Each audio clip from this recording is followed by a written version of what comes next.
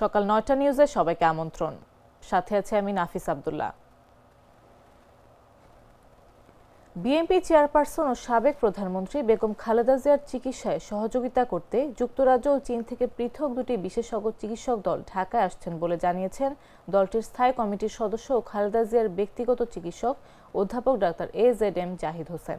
মঙ্গলবার রাতে BNP media সেলের সদস্য সাইরুল কবির খান সাংবাদিকদের এই তথ্য জানান। তিনি বলেন, খালেদা জিয়া বর্তমানে বসুন্ধরার এভারকেয়ার হাসপাতালে চিকিৎসাধীন। তার গঠিত মেডিকেল বোর্ডকে আরও গুরুতর অধিকতর সহায়তা দিতে বিদেশে দুটি বিশেষজ্ঞ চিকিৎসক দল বুধবার ঢাকায় পৌঁছানোর কথা রয়েছে। ডাক্তার জাহিদ হোসেনের উদ্ধৃতি দিয়ে সাইরুল কবির জানান, যুক্তরাজ্য ও চীনের বিশেষজ্ঞরা খালেদা জিয়ার চিকিৎসা মূল্যায়নে মেডিকেল বোর্ডের সঙ্গে সমন্বয় করে কাজ করবেন।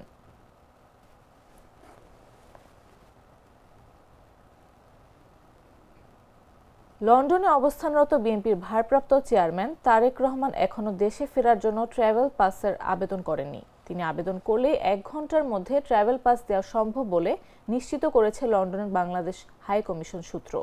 এছাড়া পররাষ্ট্র মন্ত্রণালয়ের এক কর্মকর্তা জানান, তারেক রহমানের ট্রাভেল পাস এখন স্বাক্ষর আর সিলের ব্যাপার মাত্র। সংশ্লিষ্ট সূত্র জানায়, ট্রাভেল পাস নিতে তারেক রহমানের পক্ষে এখনো কোনো আবেদন বা অনুরোধ পায়নি হাই কমিশন।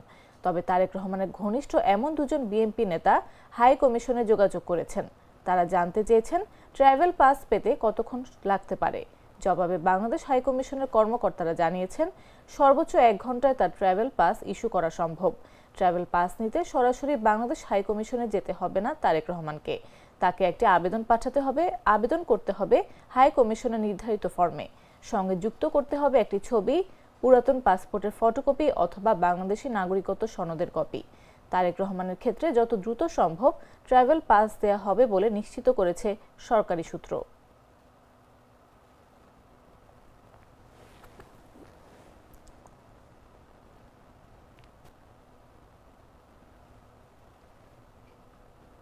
সরকারি মাধ্যমিক বিদ্যালয়ের সহকারী শিক্ষকরা কর্মবিরতি স্থগিত করেছেন। মঙ্গলবার রাতে বাংলাদেশ সরকারি মাধ্যমিক শিক্ষক সমিতির এক বিজ্ঞপ্তিতে এই তথ্য জানানো হয়। শিক্ষার্থীদের স্বার্থে কর্মবিরতি সাময়িক স্থগিত ও বার্ষিক পরীক্ষা গ্রহণের সিদ্ধান্ত নেওয়া হয়েছে বলেও বিজ্ঞপ্তিতে উল্লেখ করা হয়। ফলে বুধবার থেকে সরকারি মাধ্যমিক বিদ্যালয়ের বার্ষিক পরীক্ষার কার্যক্রমে অংশ নেবেন সহকারী শিক্ষকরা। বিজ্ঞপ্তিতে বলা হয়, শিক্ষার্থীদের শিক্ষা কার্যক্রম যাতে কোনোভাবে ব্যাহত না হয় এই বিষয়টি বিবেচনায় নিয়ে 22 মাসে ঘোষিত কর্মবিরতি সাময়িক স্থগিত রাখার সিদ্ধান্ত গ্রহণ করা হয়। বার্ষিক পরীক্ষা শিক্ষার্থীদের একাডেমিক অগ্রগতির জন্য অত্যন্ত গুরুত্বপূর্ণ। পরীক্ষার অনিশ্চয়তায় শিক্ষার্থী ও অভিভাবকরা যে মানসিক চাপের মধ্যে ছিলেন তা অনুধাবন করে দায়িত্ববোধের জায়গা থেকে শিক্ষা কার্যক্রমে ফিরে যাওয়ার সিদ্ধান্ত গ্রহণ করা হয়।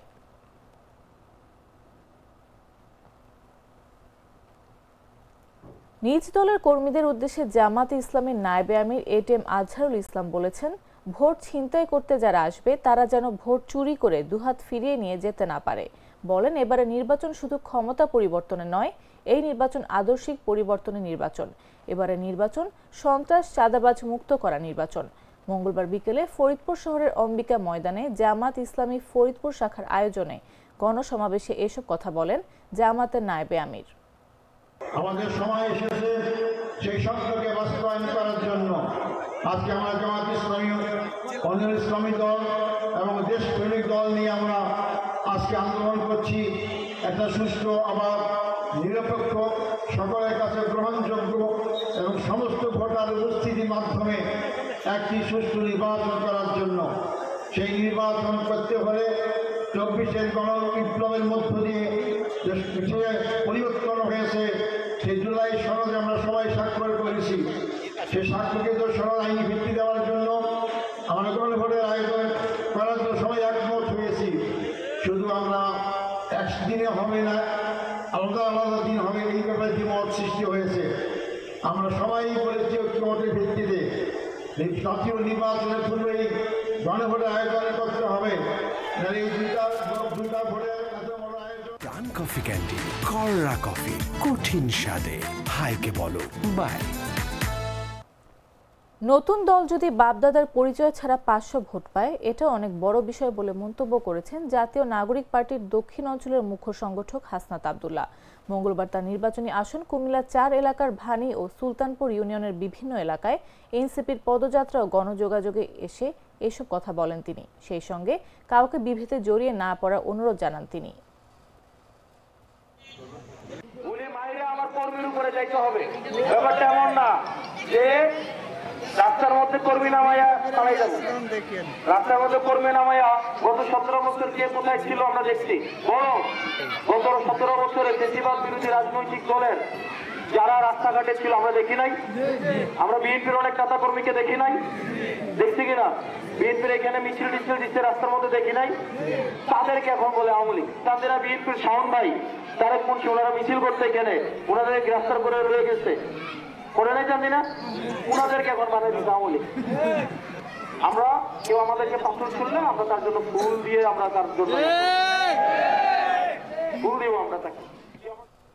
দিনাজপুরের ফুলবাড়িতে শিবলি সাদিক নামের এক যুবদল নেতাকে দল থেকে বহিষ্কার ও বিচারের দাবিতে মানববন্ধন ও বিক্ষোভ মিছিল করেছেন গ্রামবাসী। তার বিরুদ্ধে অভিযোগ, স্থানীয় ঈদগাহ মাঠ ও কবরস্থানের মাটি কেটে নেওয়া এবং এই ঘটনায় বাধা দিতে আসলে গ্রামবাসীর উপর হামলা করেছেন তিনি।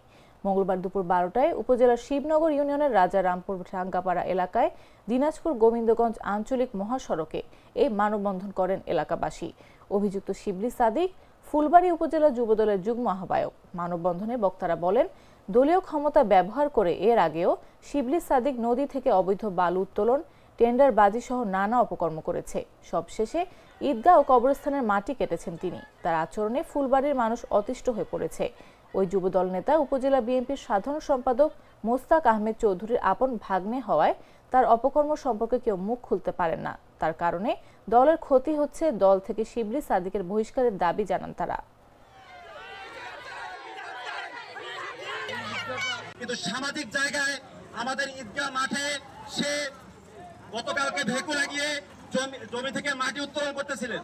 সেই সময় আমাদের ঈদগাহ কমিটি বাধা দেওয়ায় সে তার ক্যাডার বাহিনী নিয়ে এসে ঈদগাহ বাহিনীর এই ঈদগাহ কমিটির উপর আক্রমণ চালায়, রড দিয়ে পিঠে মাথায় প্রচন্ড আঘাত করে। আমরা এই শিবলি সাদিককে অবিলম্বে গ্রেফতার করার দাবি জানাচ্ছি। সেই সাথে আমরা জানাচ্ছি এই শিবলি সাদিক যেই দলের নাম ভাঙায়, আমি কোন দলকে উল্লেখ করতে চাই না, সে যেই দলের নাম ভাঙায় দল যদি তাকে বল লাগে মনে করব দল তার কাছ থেকে চালা নেয়। বাছাইকৃত লাল সরিষার দানা থেকে তৈরি হয় প্রাণ সরিষার তেল, আসল ঝাঁঝে আসল স্বাদে। জানাবো আন্তর্জাতিক সংবাদ।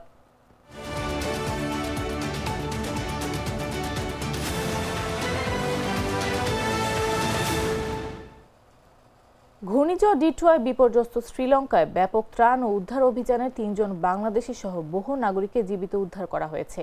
দেশটির বিভিন্ন বিচ্ছিন্ন অঞ্চলে আটকে পড়া মানুষদের উদ্ধার করতে ভারতীয় নৌ ও বিমান বাহিনীর সঙ্গে যৌথভাবে কাজ করছে এনডিআরএফ এর বিশেষ আরবান সার্চ অ্যান্ড রেস্কিউ দল।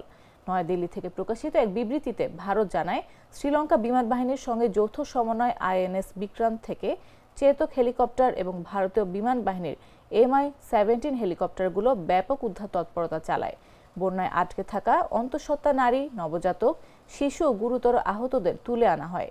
উদ্ধারপ্রাপ্তদের মধ্যে শ্রীলঙ্কা ও ভারতের পাশাপাশি জার্মানি, স্লোভেনিয়া, যুক্তরাজ্য, দক্ষিণ Africa, Poland, Belarus, Iran, Australia, Pakistan এবং 3 জন বাংলাদেশের নাগরিকও ছিলেন।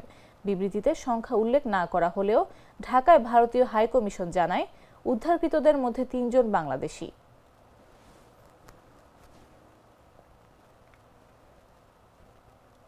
রাশিয়ার প্রেসিডেন্ট ভ্লাদিমির পুতিন বলেছেন, ইউরোপ যদি যুদ্ধ চায় রাশিয়া তার জন্য এখনই প্রস্তুত। একই সঙ্গে তিনি অভিযোগ করেছেন, ইউরোপীয় নেতারা অগ্রহণযোগ্য প্রস্তাব যোগ করে ইউক্রেন সংঘাত সমাধানের চেষ্টাকে নস্যাৎ করছে।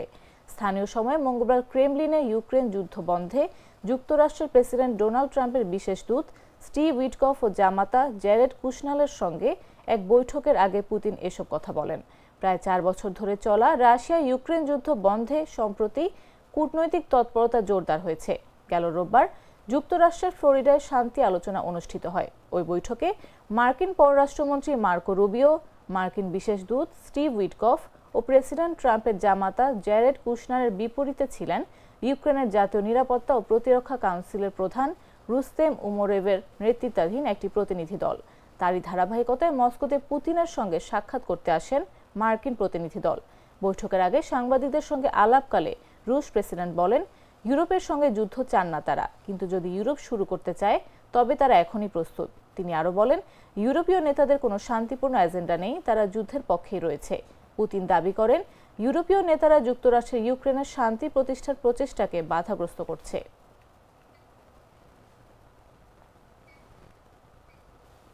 এবারে খেলার খবর।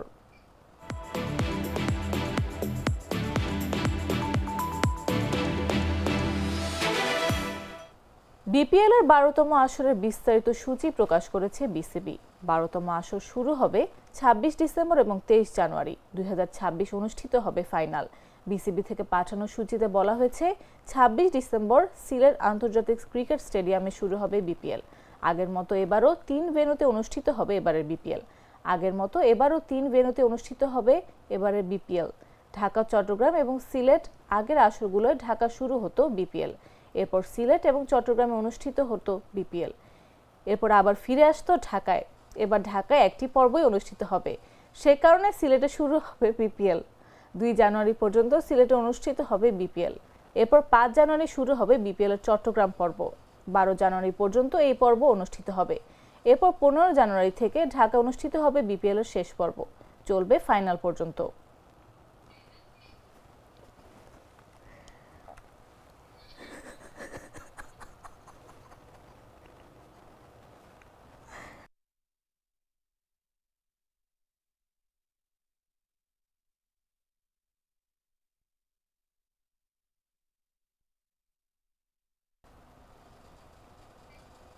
দর্শক, এই ছিল এখনকার মতো। প্রতি মুহূর্তে সর্বশেষ খবর পেতে ভিজিট করুন jagonews24.com, ফলো করুন আমাদের ভেরিফাইড ফেসবুক পেজ এবং সাবস্ক্রাইব করুন জাগো নিউজের ইউটিউব চ্যানেল। এতক্ষণ সাথে থাকার জন্য ধন্যবাদ সবাইকে।